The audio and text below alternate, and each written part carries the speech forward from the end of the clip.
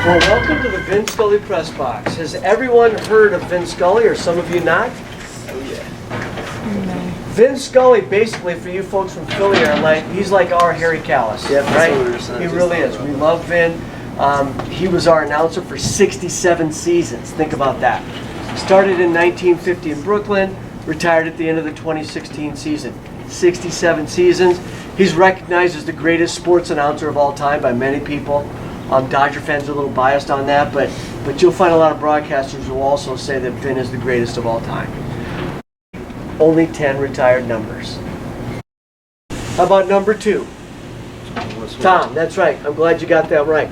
Sometimes Tommy, who by the way turned 91 on September 22nd, sometimes he'll be behind me on a tour, just kind of hanging out, and if nobody gets his number right, he'll say, "What's wrong with you people?" So that's Tom LaSorda. Number 4, center fielder, the great Duke Snider. 19 is Jim Gilliam. Number 20 is Don Sutton. 24, when I have a bunch of kids on the tour, I get to 24, they all scream out Kobe Bryant. It's hilarious. That is not Kobe's number. That is for Walter Alston. Number 32, one of the great left-handed pitchers of all time. Apologies to Steve Carlton. Lefty. Sandy Koufax, guys. Number 32 is Sandy Koufax. 39, great catcher, Roy Campanella. I think we all know that next one. Who's 42, guys? Jackie. Great Jackie Robinson. We're so proud to be the organization that integrated baseball.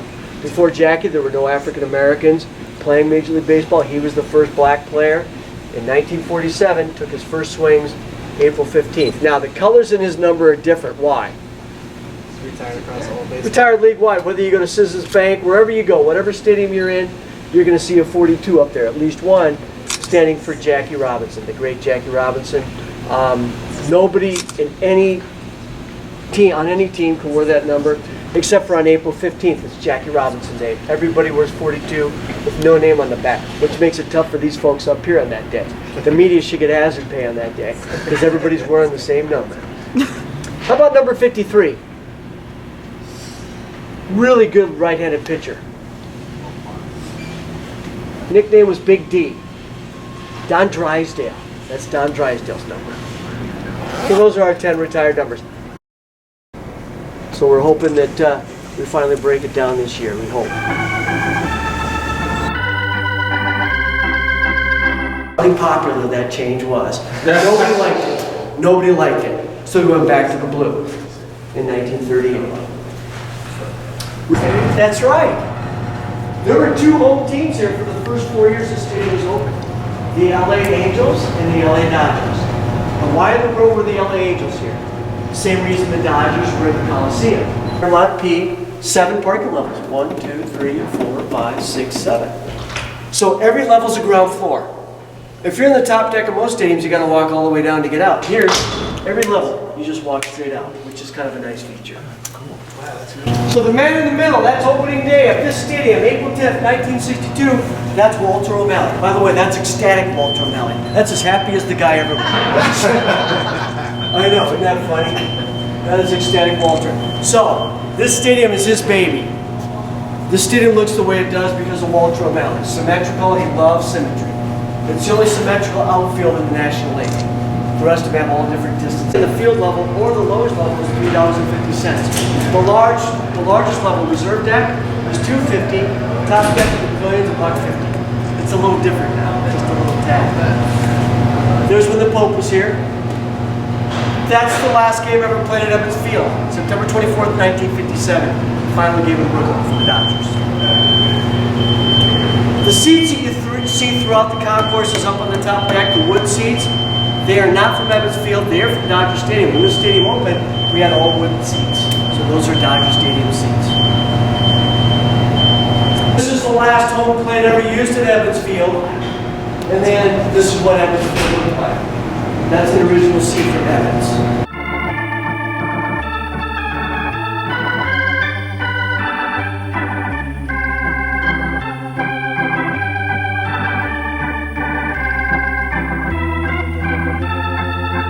Down the hallway, this is what the old clubhouse used to look like before it was refurbished in the 2012 off season. So our clubhouse is only about 6 years old. That's what it looked like for 50 years. It was a combined no-hitter. So 4 different pitchers combined to no-hit the Padres, and it also is historic in the fact that it's the only no-hitter ever thrown outside the United States or Canada. It was thrown in Monterrey, Mexico. We happen to be playing the Padres.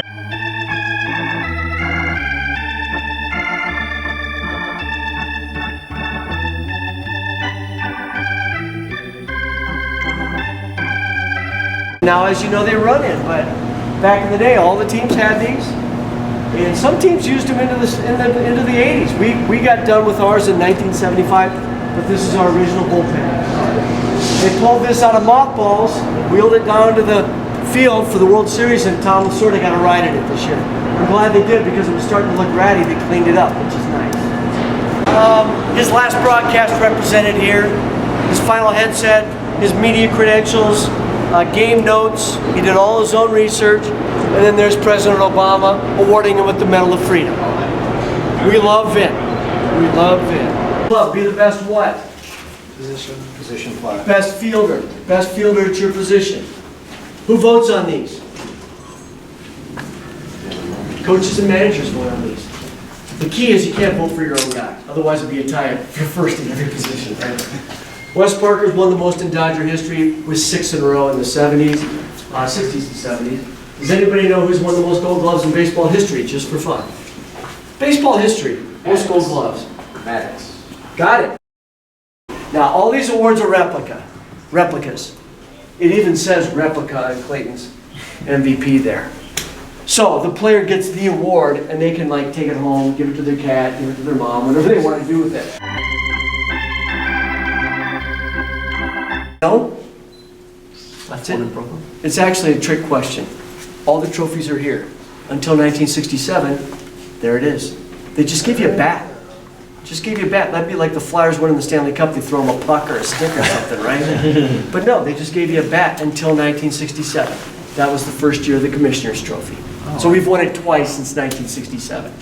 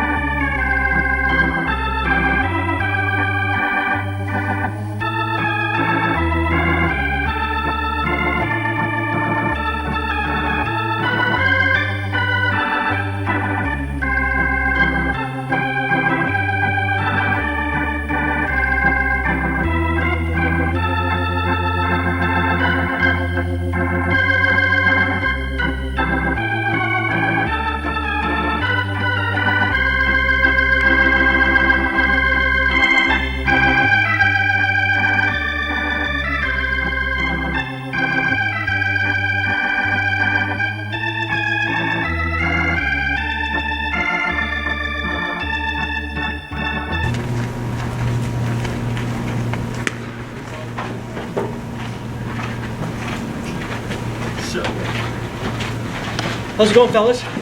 Good. Nice day today. Love it. The grass is real. There are only 3 stadiums now. 3 stadiums have artificial turf. What are the 3 stadiums starting next year that have artificial turf? Toronto? Tampa? And there's one that's adding it.